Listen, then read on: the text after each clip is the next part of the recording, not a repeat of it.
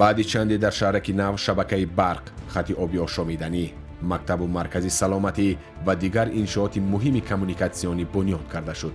ба нишони эҳтирому арҷгузорӣ ба хидматҳои бузурги Эмомалӣ Раҳмон дар бартарафсозии оқибатҳои офати табиӣ ва ҳам фароҳам овардани шароити хуби зиндагӣ бо талаби сокинон деҳаи навбунёд Раҳмонобод номгузорӣ шуд.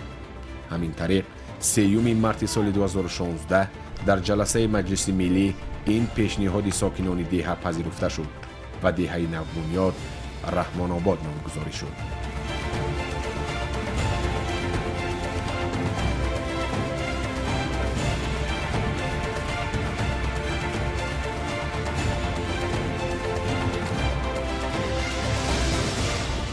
مردم گفتن که ما همه ما میخواهیم که همین نام به نام رحمان‌آباد داده شود، چون که این خدمت پیشوای ملت جناب خالی پرزیدنت محترم امامعلی رحمان است.